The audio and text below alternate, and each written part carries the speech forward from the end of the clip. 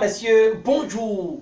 14 février 2020, fête de la Saint-Valentin, célébration de l'amour ou occasion de dépravation, s'interroge, dynamise, info. Sans répondre, Matin Libre aborde la fête de Saint-Valentin avec l'histoire de la vie d'un couple. Certainement, la femme a ras le bol puisque le quotidien en manchette écrit ceci: il n'est jamais là. Pardon, je fais l'amour une fois.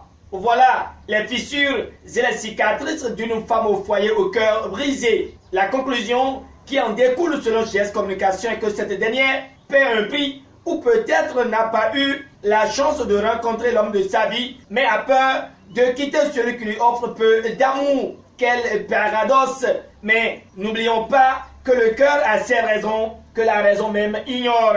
Bon, nous continuons dans cette revue de presse avec l'information qui revient plusieurs fois à la une des quotidiens béninois paru ce jour. Il s'agit entre autres d'une réconciliation de la classe politique avec la rencontre Fagbon-Talon, affirmatif car le président du mouvement africain pour le développement et le progrès MADEP a été reçu dans l'après-midi de ce jeudi 13 février 2020 par le président Patrice Talon à son domicile, accompagné pour la circonstance de sa fille Karamat Fagbon et du député Kousonda Adjibade. Le Soleil Bénin Info annonce que l'homme d'Adiawara, Sefou Fagbon, atterrit enfin sur le tarmac de la rupture. Informé, le journal de RB Aladé explique comment le vieux et redoutable animal politique est-il arrivé là. La nation rallonge que Sefou Fagbon était chez Patrice Talon hier, confirmant la présence de Sefou Fagbon chez Patrice Talon. Le télégramme renseigne que son ralliement au bloc républicain est désormais une réalité. Oui, le moteur du bloc républicain est hurlé dans le plateau Rancherie Nord Bénin. Les prières de Karamatou Fagbon, de Abdoulaye Biotchane et de Adami au marché mentionnent le Béninois libéré. Si le matinal voit Sefou Fagbon comme une prise de taillis pour le bloc républicain au sujet des communales et municipales, l'éco-info révèle la manchette que le coq devient le cheval cabré et cela alimente le cynisme dans son rôle d'informateur. Le journal de Gilbert Mancourt répond que Sefou Fagbon et Kousonda Adjibade reviennent sur leur commission d'hier et donnent aussi l'impression qu'il n'y a point de salut en dehors d'une proximité avec le pouvoir. Que c'est dommage, s'exclame l'éco-info, conscient que la foire politicienne est donc ouverte.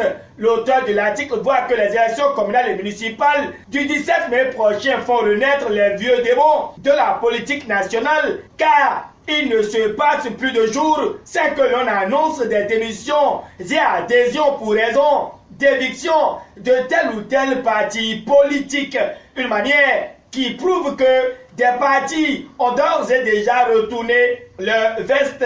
L'éco-info prend le cas du parti MADEP puis conclut que Sefou Fagbon et Kousonda Adjibade rompent en quelque sorte ce contrat moral. C'est ce que refuse le parti. Restera l'espoir de candidat Azanaï, car ne voulant pas tronquer, suivant le pays émergent, la démocratie a une quelconque participation aux élections municipales et communales du 17 mai prochain. Le même journal voudrait savoir si à quelques jours seulement après sa déclaration d'adhésion, Geoffroy Kossou, déjà personne non grata à l'Union progressiste, car son arrivée crée des bruits entre militants du Mono, précisément à l'Okosa, où il est indésirable à tel point qu'il serait en train de regretter déjà l'acte de trahison qu'il a posé, même s'il voulait faire mal à l'honorable Rosine Daïro, dont il a été suppléant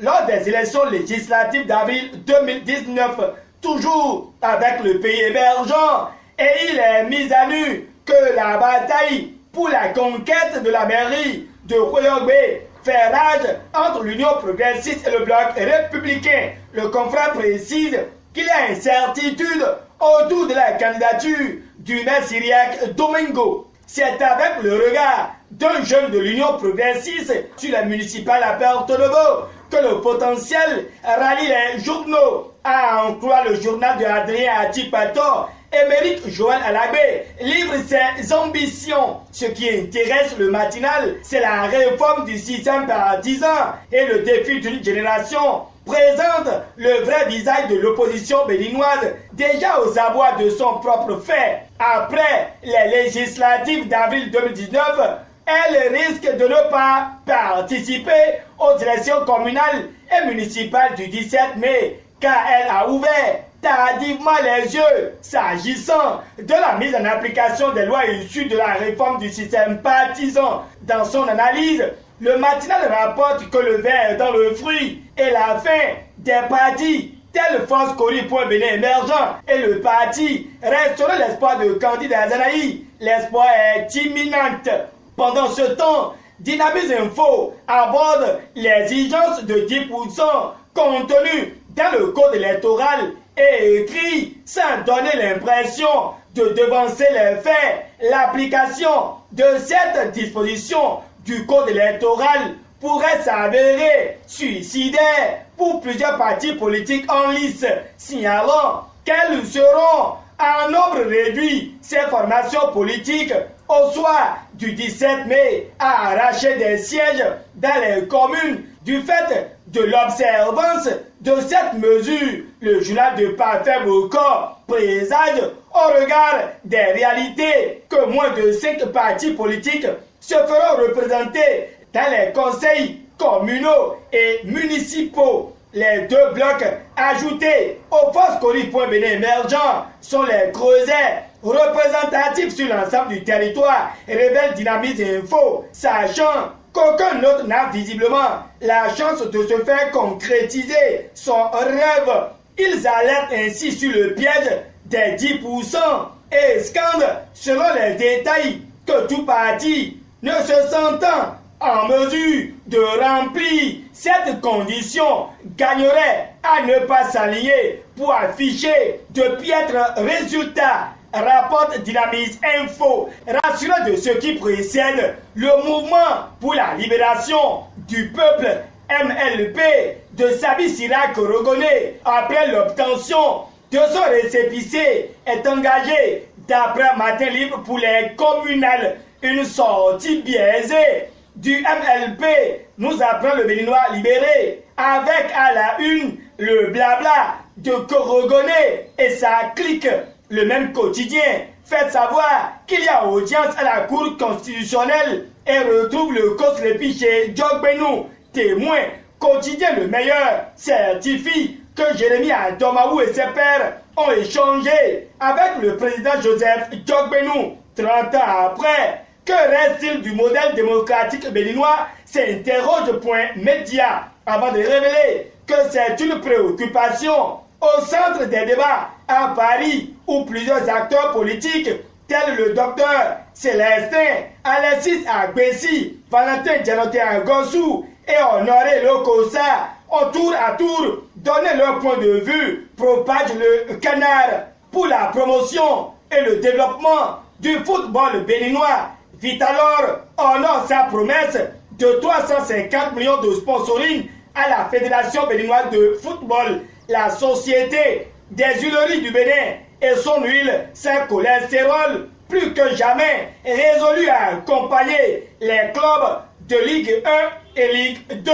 C'est le confrère de la matinée qui nous donne ces informations et l'annonce pour terminer qu'en ce qui concerne le non-paiement des arbitres, Mathurin Téjacus clarifie et cloue le bec aux détracteurs. Dans la commune de Zé, le corps d'un apprenti tailleur a été retrouvé dans un puits. C'est Matin Libre qui nous file cette information. Triste réalité. Mesdames, Messieurs, c'est déjà la fin de la revue de presse entrant dans le compte de cette semaine. Au revoir et à demain pour l'émission 5 jours au Parlement. Bye bye.